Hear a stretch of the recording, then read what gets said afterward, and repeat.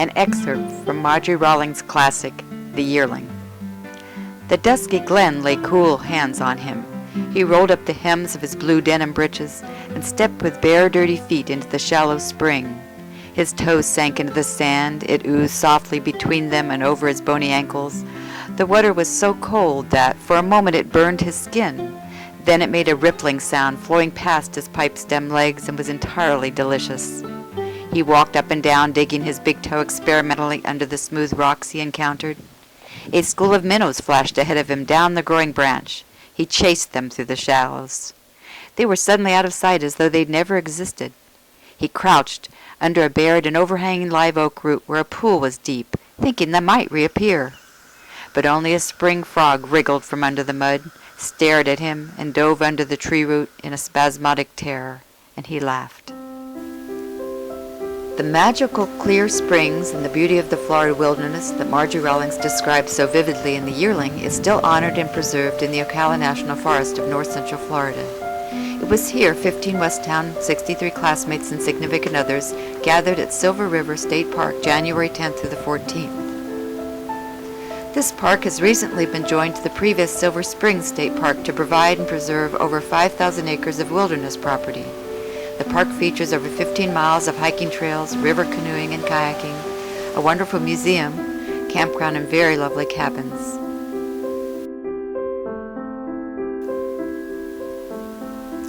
Set a mile or so back in the forest, amidst the huge live oaks dripping with Spanish moss, lovely old Florida-style cabins provided lodging for all but Tim and Terry, housed in their own trailer at a nearby campground. Our celebration started as we gathered for dinner at the Bass Champions restaurant in Salt Springs, advertised as the best-kept secret in the forest. We feasted on such delicacies as catfish, gator tail, frog legs, flounder, or possibly steak and burgers, depending. Then afterwards we returned back to Cabin 2 for celebrating Dory's birthday.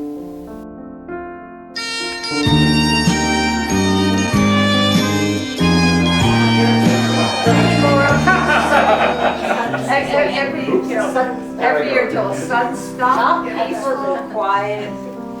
Heart attack is good. I like that. There you go, Ann. You have the pride of place here. You know. Yeah. What's that? He has the pride of place. It's your spoos.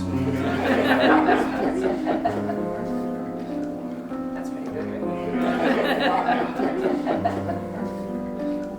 That's pretty good, right? It's liquid. Oh. It's duty free. I can keep putting it in my shampoo bottle. Tastes like hell. Cabin 2 hosted our breakfast morning gathering and day planning. Each day provided a specific group activity focus to consider, but options for independent adventures were always available, and many of us took time to hike some of the park trails and visit wonderful museum on the grounds.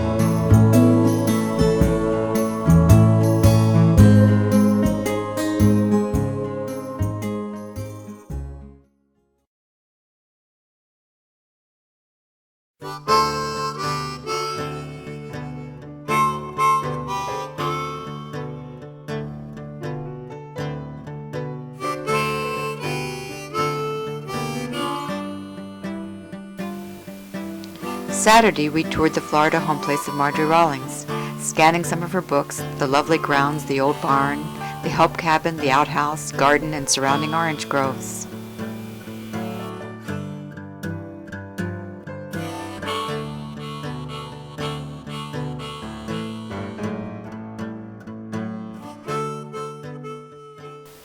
The guide gave a wonderful, in-depth tour of the home, then continued further information and conversation with our group outside. In listening to a familiar accent of the tour guide, Alan made an enlightening discovery. Okay, so I graduated in '65, but I went to Roseville. You went to Roosevelt. All right. My Well, goodness there was Grew up five, in the there was same five block. of us. gracious. No kidding. Five Same of us block. in the two-room. Yeah, right, all right. Mom and Dad and the Slept- rest slept- of the four of us in the other Right, room. 4 of us, and my mom and dad slept in the living room. That was the So why did a nice guy like you? I read the book. I read the book. I'm going to stay away from that. I went to Actually, I UF. want to read. Actually, I want to read. I went to UF. Okay. And I read the book between 8th and 9th grades. The nuns gave us our summer reading list, which included the yearling. And I remembered it. It had made an impact on me. And then years later, I come down to Gainesville to go to the University of Florida. Right. And I finally stitched it together. It took a little while. I said, oh, this was the setting for that book. It just called it up. Right. And then once I remembered it, everything around here looked familiar immediately. This is what she wrote about. Okay. And it just brought it all together. Are there illustrations in the book, or it's just the way she writes? No, it's the graphic, the vivid images that she writes about. They're all woodcuts, but the imagery is in the words. And Okay. it's so vivid. And I've had 30 years. I graduated from UF. And I worked in various capacities in communications and ran nonprofits. And 30 years later, I've had enough, and I do this. And I come out 3 times a week, and I'm retired. Yeah, but this is really nice. Yeah. This is not being retired. I mean, this is not working. Right. This is fun. This is being retired. And I get to hang out with people I used to live with in the old neighborhood. The Mulligans were.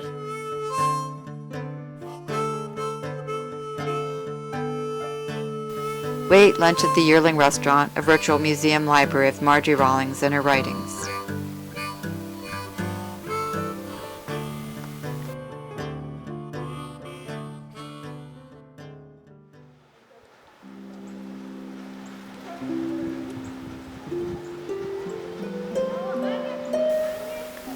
Sunday offered a visit to Juniper Springs. This is one of the most beautiful, unspoiled of Florida's many lovely springs, with stonework construction built in the 1930s by the CCC Conservation Corps.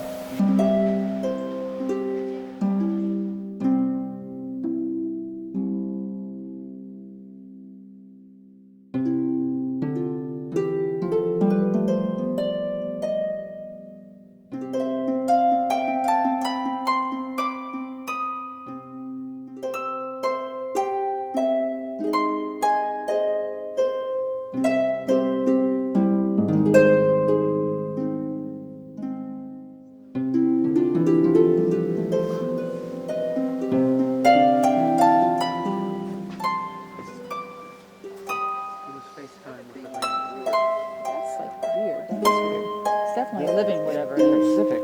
Yeah. Anemones have gravel.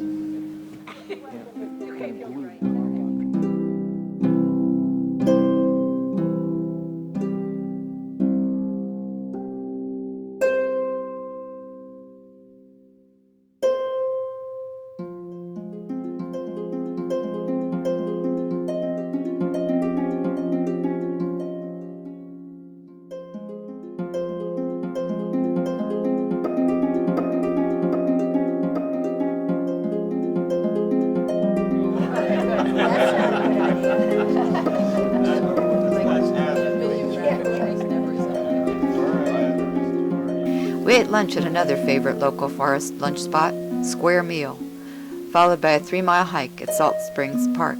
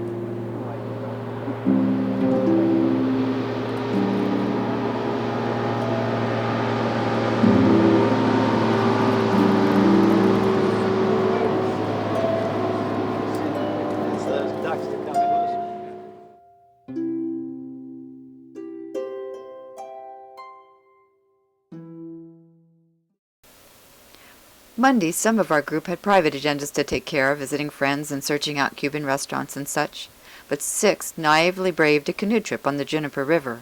It looked peaceful enough at the start, but spectacular and clear as the water was, wildly beautiful the turtle-filled scenery, it proved to be a 4-plus-hour physical workout that had us dodging falling trees, tangled branches, constantly adjusting to ever-changing currents and channels, avoiding rocks and snags, along with constantly winding river, experiencing a brief dunking, ever challenged for balance and concentration.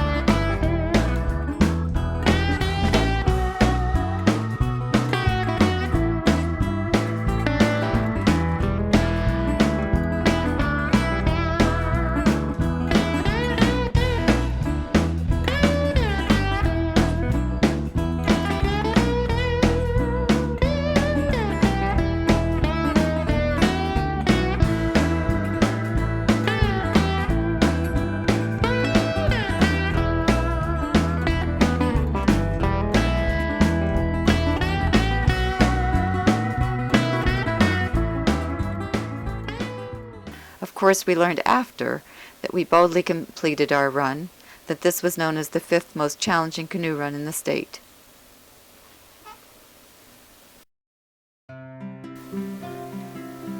Each evening, the group gathered back at Cabin 2 for evening reflection. The last evening, Larry challenged us with Westtown trivia, dredging up all sorts of interesting past adventures and confessions. The beautiful Silver River Park, with informal, relaxed setting, provided the opportunity to revive some fine old memories, but more significantly, the opportunity to know each other now and the extended people who are present, vital parts of our lives. It was definitely fun to be together in the beautiful Ocala National Forest.